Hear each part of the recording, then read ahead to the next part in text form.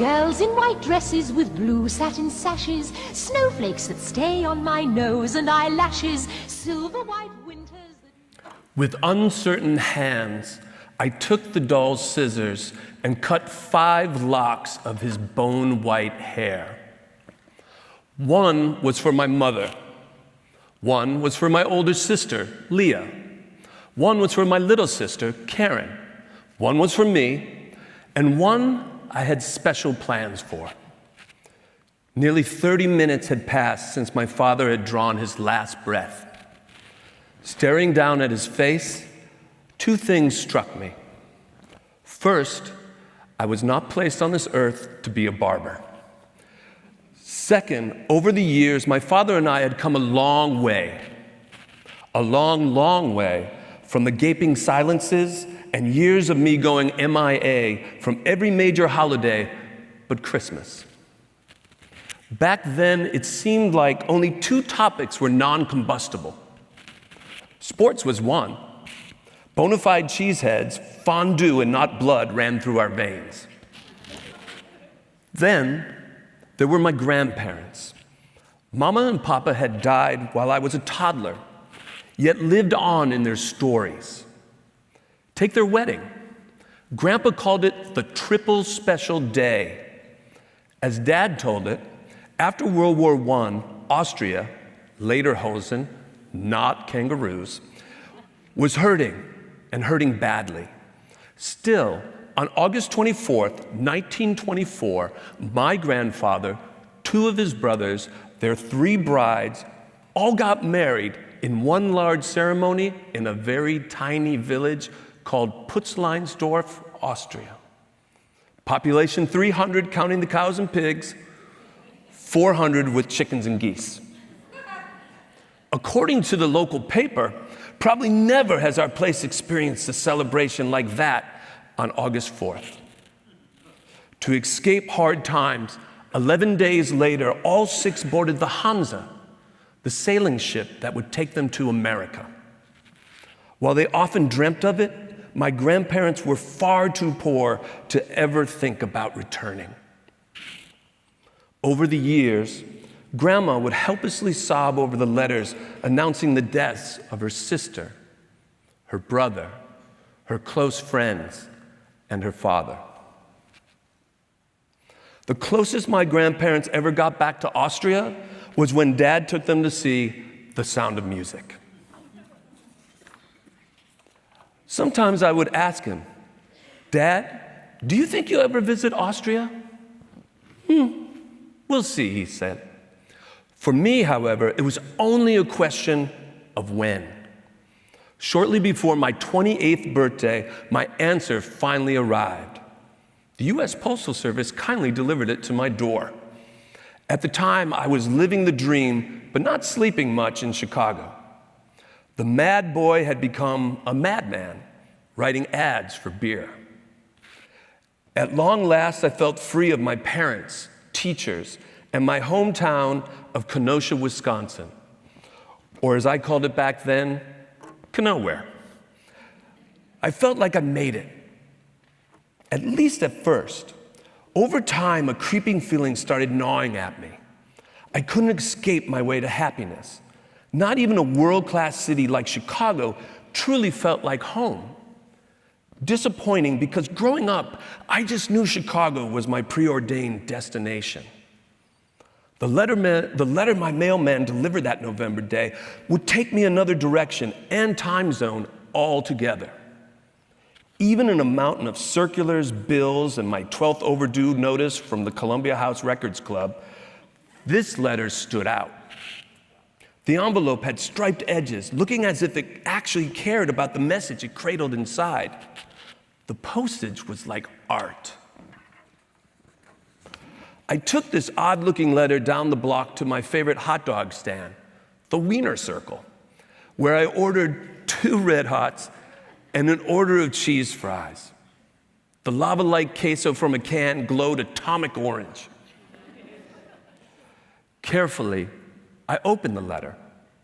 While written in English, it looked like it was from another country, probably because it was from another country. November 1st, 1993. You will sure be surprised to receive a letter from Europe from a foreign. Therefore, I want to introduce myself. My name is Wolfgang Wegerbauer. I am 36 years old and I live in Austria. The brothers of my grandfather were emigrated to the United States after World War I. My grandfather was in touch with them, but after his death, the contact was broken. And so I know nothing about my American relatives. I want to change this and get in touch with them. I made a computer research for the name Wegerbauer in the US telephone directories. I found 17 entries. You are one of them. Therefore, I try to find out in this way whether you are related to me or not. Yours, Wolfgang. This, at last, was my invite to go find my story in the old country. I kept in touch with Wolfgang. He even came to Chicago to visit and hear some blues. But it took me 5 years until finally I booked 2 tickets to Austria. One for me and one for my father.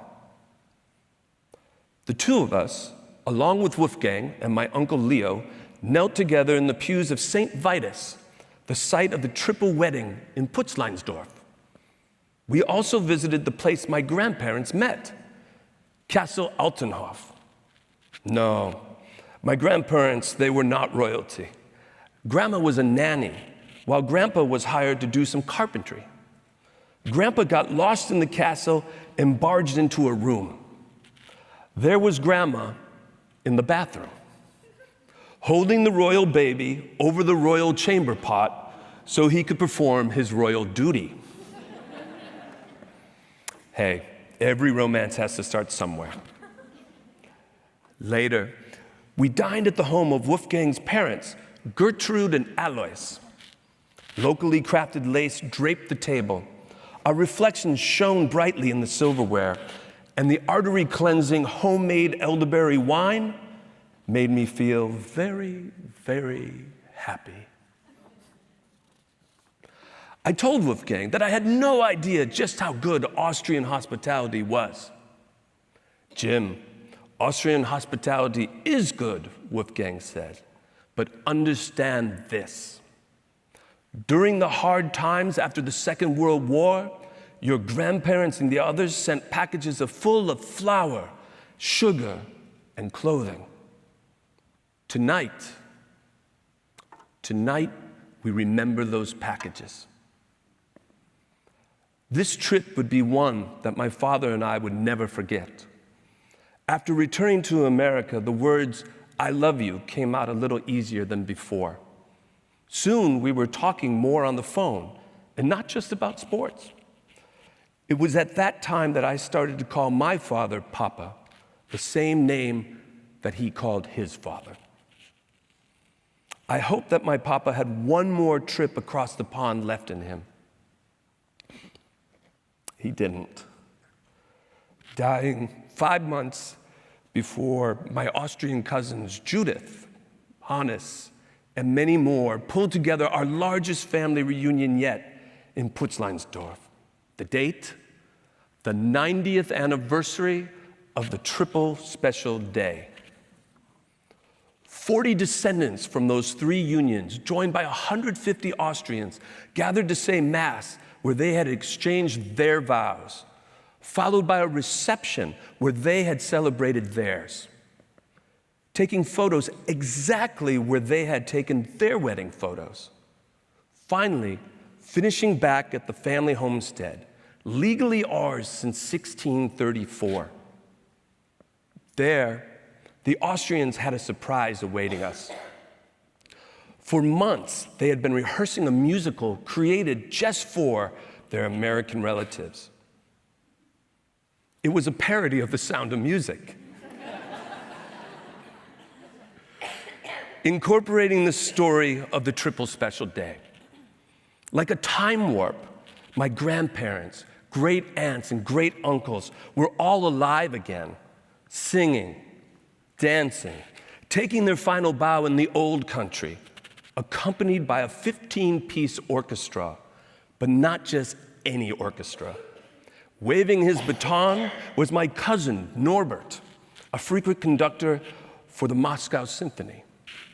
Cousin Clemens, director and first chair violin of the Vienna Philharmonic, the greatest symphony in the world, played beautifully. Austrian national television covered it. After the show, we ate and drank, and of course, we shared stories. With a belly full of beer, I walked off alone into the woods, and I fumbled about in search of a stone. Reaching into my pocket, I took out a small plastic baggie and removed the fifth and last lock of my father's hair. I placed it beneath the stone, so a part of him would always be there in Austria. Visit Putzleinsdorf, Austria, and you may just find it. Just like my papa and I found something special there all those years ago. Because sometimes you have to travel far away to get close to home.